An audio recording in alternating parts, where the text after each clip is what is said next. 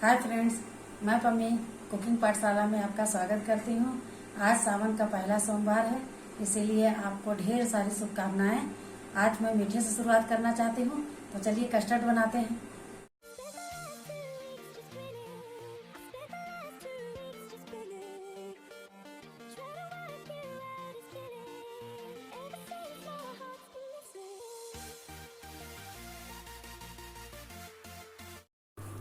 तो सबसे पहले ये आधा लीटर दूध है, इसको हम खौला के गाढ़ा कर लेते हैं। चारों तरफ से धीमी धीमी आंच पे इसको चलाते जाना है और इसको गाढ़ा करना है। देखिए दूध गाढ़ा हो चुका है। अब हम थोड़ा सा दूध बचा के रख दिए थे। अब इसमें हम 2 चम्मच कस्टर्ड पाउडर डालेंगे। 2 चम्मच कस्टर्ड पाउडर डालेंगे। ठंडा दूध में ही डालना है इसको, गर्म में डालेंगे तो इसमें लम्स पड़ जाएंगे, इसलिए अच्छी तरह इसको फेंट लेते हैं। अब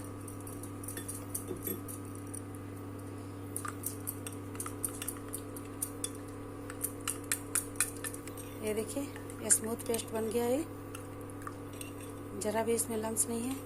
अब इसको हम किनारे रख देते हैं।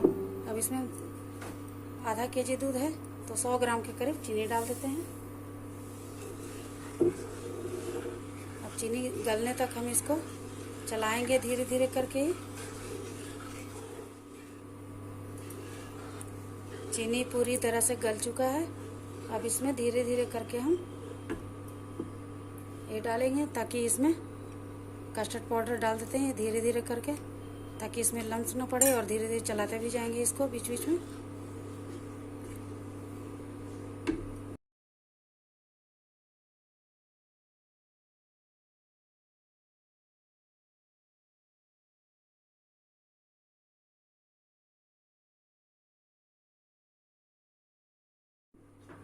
अब लास्ट में सारा कस्टर्ड पाउडर डाल देते हैं।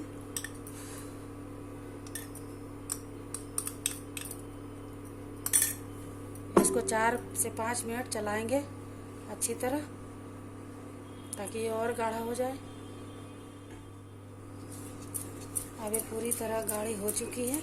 इसको चेक करने के लिए 1 चम्मच डालेंगे और इसको ये देखिए कोटिंग आ गया, इसका मतलब ये हो चुका है पूरा। अब इसमें हम ये मलाई डालेंगे। आपके पास अगर जो है मलाई तो डालिए, नहीं तो ये ऑप्शनल है। थोड़ी सी मलाई डाल देते हैं, इससे क्रीमी क्रीमी जैसा बनेगा एकदम, और खाने में मस्त लगेगा। अब इसको हम अच्छी तरह मिला लेते हैं, मलाई को भी।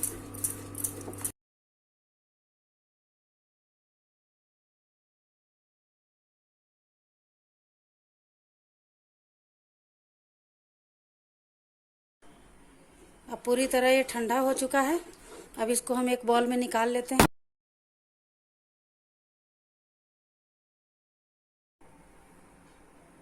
अब एक बॉल में सारा निकाल लिए हैं।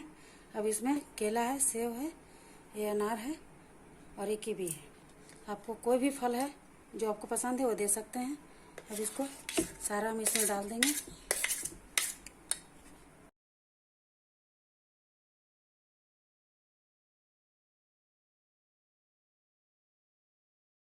थोड़ा सा अनार हम बचा लेते हैं। सारा फल हम डाल दिए हैं। अब इसको अच्छी तरह हम मिला लेंगे चम्मच से।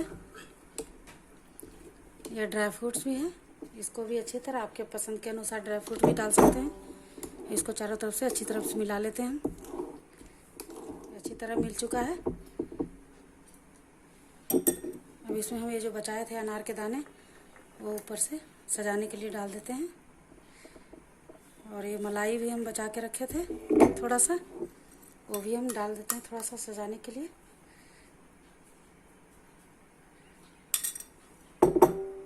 अब ये पूरी तरह तैयार हो चुका है कस्टर्ड। अब इसको हम जा रहे हैं फ्रिज में रखने आधा घंटा के लिए, फिर ठंडा होने के बाद खा सकते हैं।